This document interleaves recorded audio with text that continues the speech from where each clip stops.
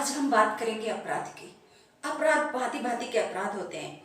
छीना झपटी भी अपराध होता है, हत्याएं भी अपराध होते हैं, लूट खसोट भी अपराध होते हैं, चोरी भी अपराध होते हैं। वही इन्हीं अपराधों के बीच में हम आज जिस अपराध की बात करना चाह रहे हैं, आज बात करेंगे जिस अपराध के बारे में, वह बहुत ही पीड़ादायक और दुखदायक अपराध है। क्योंकि अगर वह अपराध होता है तो एक बेटी का जीवन तबाह हो जाता है, नष्ट हो जाता है, एक परिवार का मान सम्मान, स्वाभिमान नष्ट हो जाता है। जी हाँ माता बहनों, आपने बिल्कुल सही समझा। मैं बात कर रही हूं दुष्कर्म की। ये दुष्कर्म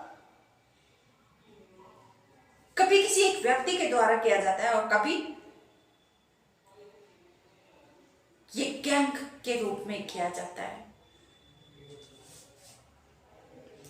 तो बहनों भाइयों, हम सभी अपने बच्चों को सुरक्षित रखना चाहते हैं, परंतु दुर्भाग्यवश कभी कभी हमारे बच्चियां मनमानी करते हैं।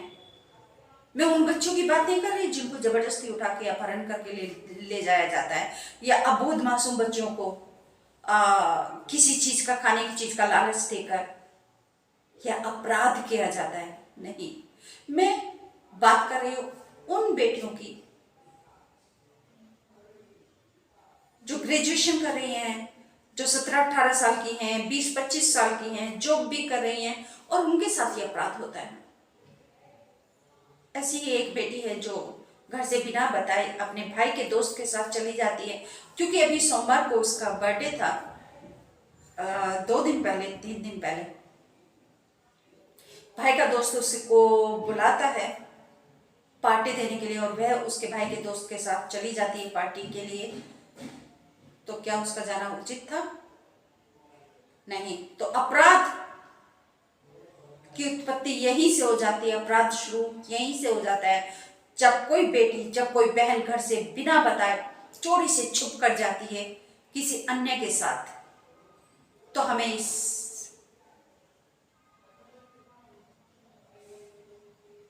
इस व्यवहार को जो बेटियों का है इसे रोकना होगा, इस पर कठोर अंकुश लगाना होगा। हमारी बेटियां बिना बताए किसी अन्य व्यक्ति के साथ ना जाएं। हमारी बेटियों को समझना होगा उचित अनुचित क्या है। क्या बाहर वाले इतने महत्वपूर्ण हो जाते हैं?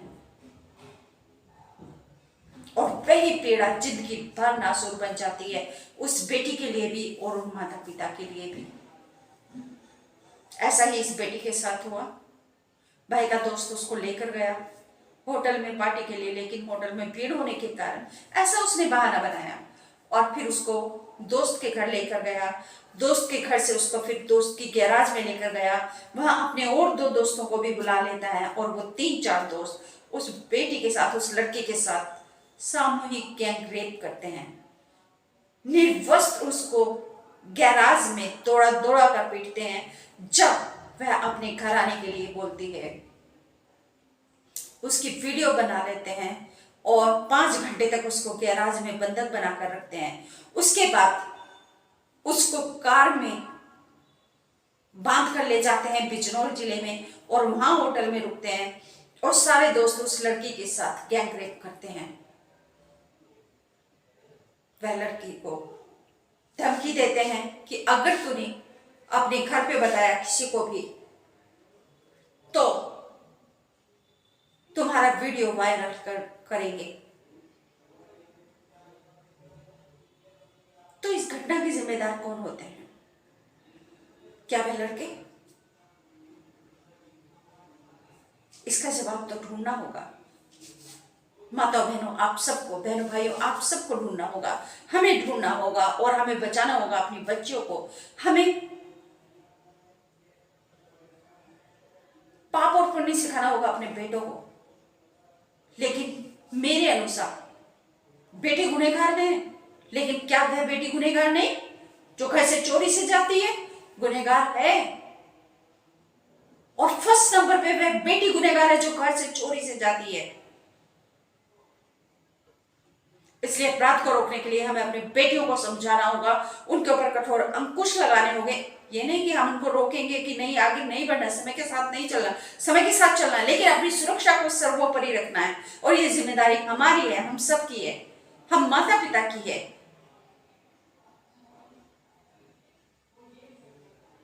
हमें ये जिम्मेदारी निभानी होगी और बेटियों को सीखना होगा कि माता पिता की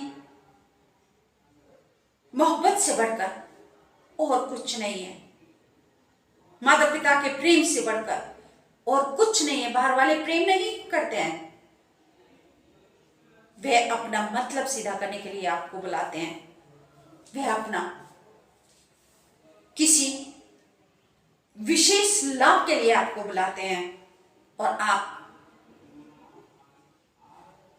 अपनी आनंद के लिए, मौज मस्ती के लिए इसे मॉडर्निटी का नाम देती हैं। अगर आपको सुरक्षित रहना है तो आपको ये दोस्ती, ये सबके साथ जाना, इसके साथ उसके साथ जाना बंद करना होगा। सुरक्षित रहिए, समझदारी से रहिए। मैं हूं आपकी बहन, आपकी सखी, आपके मित्र रजनी जैनमिया अमरीश त्यागी। और अगर आप कोई सुझाव देते हैं तो मैं आपके सुझाव भी आमंत्रित करती हूं। आप मुझे समझाइए कहाँ किसकी कमी है, हम मिलके आगे बढ़ेंगे। और अगर बेटियों पर कोई जबरदस्ती हमारी बेटियों को नुकसान पहुंचाते तो उसको मुंह तोड़ जवाब भी देंगे। तो हम सबको मिलकर अपनी जिम्मेदारी निभानी है। इस जिम्मेदारी को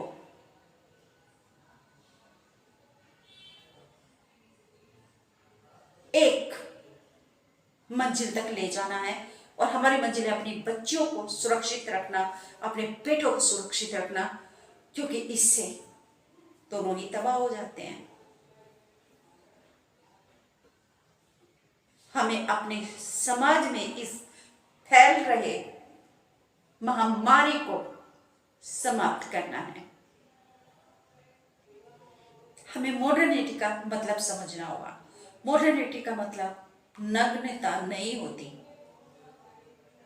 मॉडर्निटी का मतलब होता है हमें समय के साथ आगे बढ़ना।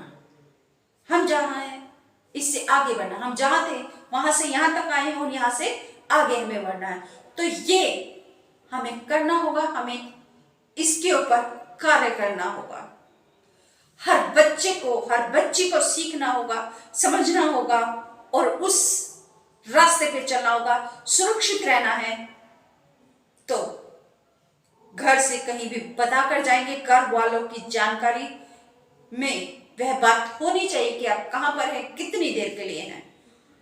और अगर माता पिता कहीं जाने के लिए मना करते हैं तो आपको वहां पर भूलकर भी नहीं जाना, तो आप सुरक्षित रहेंगे।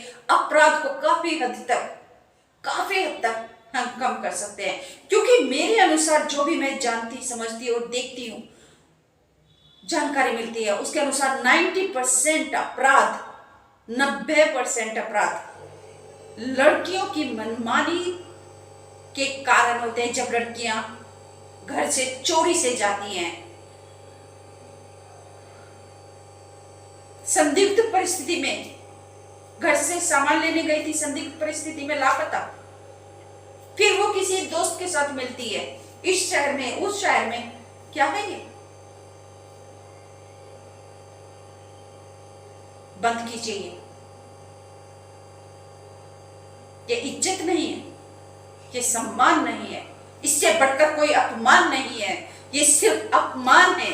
ये काली क्या है बेटी के मुंह पर, पोछिए इसे, उचित और नैतिक रास्ते पर चलिए। Thank you. कल फिर आप दूसरे विषय को लेकर मैं आपसे मिलती हूँ, विषय पर चर्चा करेंगे। और मैं सरकारी योजनाएं भी आती रहती है समय समय पर, तो मैं आपको जो सरकारी योजनाएं आती है उसके बारे में भी मैं आपको जानकारी देती रहूंगी।